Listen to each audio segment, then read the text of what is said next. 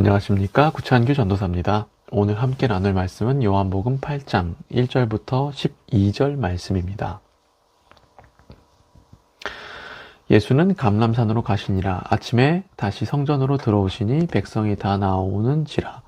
앉으사 그들을 가르치시더니 서기관들과 바리새인들이 음행 중에 잡힌 여자를 끌고 와서 가운데 세우고 예수께 말하되, 선생이여, 이 여자가 가늠하다가 현장에서 잡혔나이다. 모세는 율법에 이러한 여자를 돌로 치라 명하였거니와 선생은 어떻게 말하겠나이까? 그들이 이렇게 말하면 고발할 조건을 얻고자 하여 예수를 시험함이러라.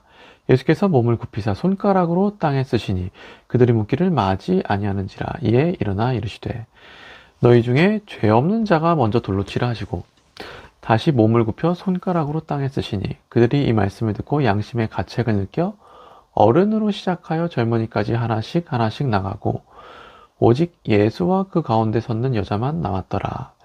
예수께서 일어나사 여자 외에 아무도 없는 것을 보시고 이르시되, 여자여, 너를 고발하던 그들이 어디 있느냐? 너를 정죄한 자가 없느냐? 대답하되, 주여, 없나이다. 예수께서 이르시되, 나도 너를 정죄하지 아니하노니 가서 다시는 죄를 범하지 말라 하시니라. 예수께서 또 말씀하여 이르시되, 나는 세상의 빛이니 나를 따르는 자는 어둠에 다니지 아니하고 생명의 빛을 얻으리라.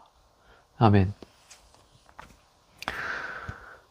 예수님은 아침에 성전에 가셔서 사람들을 가르치고 계실 때 이 서기관과 바리새인들이 나타나죠. 한 가늠한 여인을 데리고 예수님 앞에 나타납니다. 그리고 이 모세의 율법을 들이밀죠.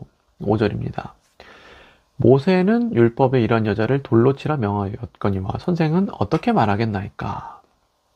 그러니까 이 서기관들은 이 나름대로 머리를 쓴 겁니다. 그러니까 예수님이 이 여자를 돌로 치지 않는다면 예수님은 율법을 어긴 자가 되는 것이고, 여자를 돌로 치게 되면은 예수님은 이 말과 행동이 다른 사람이 되어버립니다. 그러니까 예수님은 전에 이 죄인을 위해 오셨다고 말씀하셨기 때문이에요.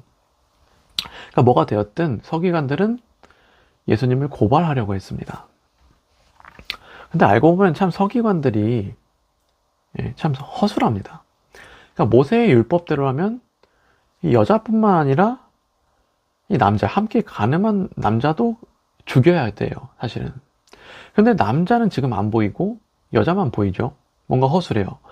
그리고 그들이, 서기관들이 그렇게 율법을 중시한다면 이 예수님께 여자를 데려올 게 아니라 자기들이 처형하던가 했었어야죠. 그러니까 참 서기관들이 악한 데다가 사실 머리까지 좀 나쁩니다.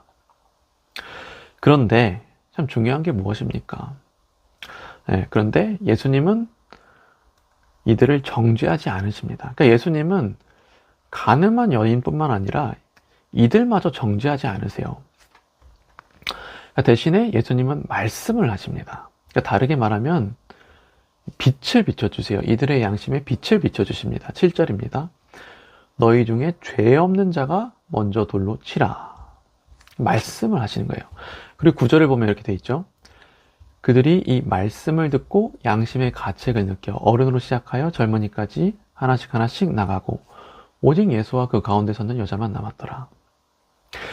그러니까 예수님은 여자뿐만 아니라 이 서기관과 바리새인도 정죄하지 않으셨습니다. 네, 그래서 저는 오늘 말씀의 핵심이 이거라고 생각해요. 예수님은 정죄하지 않는 분이라는 거예요. 물론 예수님은 우리의 죄를 알려주시기는 합니다. 우리에게 빛을 비춰주시어 우리의 어둠을 깨닫게는 해주세요. 그러니까 오늘 말씀 12절에 예수님은 자신을 빛이라고 말씀하시잖아요. 근데 이 빛은 어떤 빛이냐? 우리를 판단하는 빛, 심판하는 빛이 아닙니다. 사망에 이르게 하는, 정죄하는 빛이 아니에요. 이 빛은 우리의 어둠을 깨닫게 해주고 결국 빛 가운데 살게 해주는 아주 고마운 빛입니다.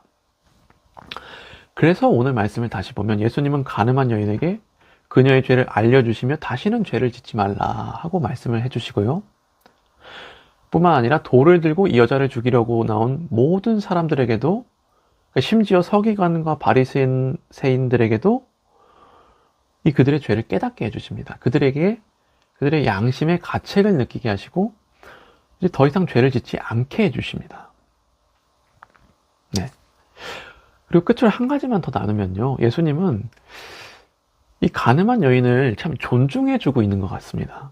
그러니까 예수님은 사람들이 다 떠나고 여자와 단둘이 있을 때 여자에게 말을 건네십니다. 예수님은 단둘이 있을 때 이 그녀의 죄에 대한 이야기를 꺼내십니다. 죄에 대한 문제를 해결해 주시는 거예요. 이때 단둘이 있을 때.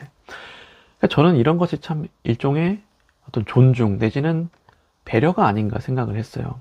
그러니까 예수님은 항상 우리를 인격체로 존중해 주신다는 거예요. 뭔가 우리를 보호해 주고. 네, 그래서 사랑하는 성도 여러분, 오늘 말씀을 통해 늘 주저하지 않고 예수님께 나아가는 우리 되기를 예수님의 이름으로 소망합니다. 기도 제목 나누겠습니다. 오늘도 이걸 기도했으면 좋겠어요. 나를 위해 죽으신 예수님의 은혜에 감사하는 기도, 내 죄를 사해 주신 예수님의 은혜에 감사하는 기도하기 원하고, 그리고 또 우리가 오늘은 혹시 우리가 주께 범죄했다면 이 회개하는 기도도 했으면 좋겠습니다. 기도하겠습니다.